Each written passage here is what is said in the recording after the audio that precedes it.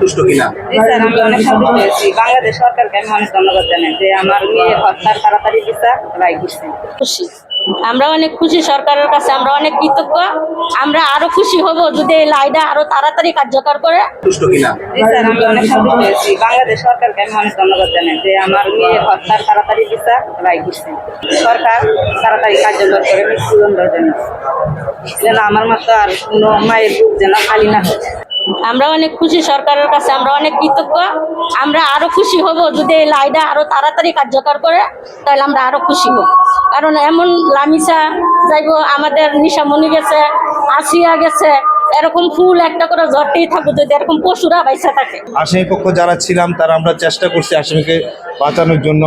বলেছে যে পুলিশ তাদেরকে জোর করে টর্চার করে তাদের জবানবন্দি আদায় করা হয়েছিল।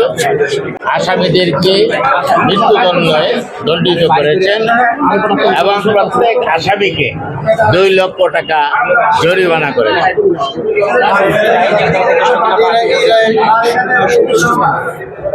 আমি এই রায়ে সন্তুষ্ট না, এই জন্যেই এই আসামিগণ ঘটনার পরেই তাদের প্রদত্ত জবানবন্দি বিজ্ঞ আদালতে রিট্রাকশন করেছে। বলেছে যে পুলিশ তাদেরকে জোর করে টর্চার করে তাদের জবানবন্দি আদায় করা হয়েছিল। 29/6 থেকে আমরা সারাদিনই কোর্ট করছি এই মামলাটা নিয়ে। সকাল 10:30 থেকে শুরু হয়েছে, দেখা গেছে যে আমাদের সন্ধ্যা পর্যন্ত কোর্ট করতে হয়েছে। কোর্ট করে আজকে এই রায় হলো। এখন আমরা আসামি পক্ষ যারা ছিলাম তারা আমরা চেষ্টা করছি আসামিকে বাঁচানোর জন্য, আমাদের যুক্তি দাঁড় করানোর চেষ্টা করছি। কিন্তু দেখা যাচ্ছে প্রমাণে যা হয়েছে, প্রমাণ হওয়ার কারণে বিজ্ঞ আদালত তার শাস্তি প্রদান করছে মৃত্যুদণ্ড।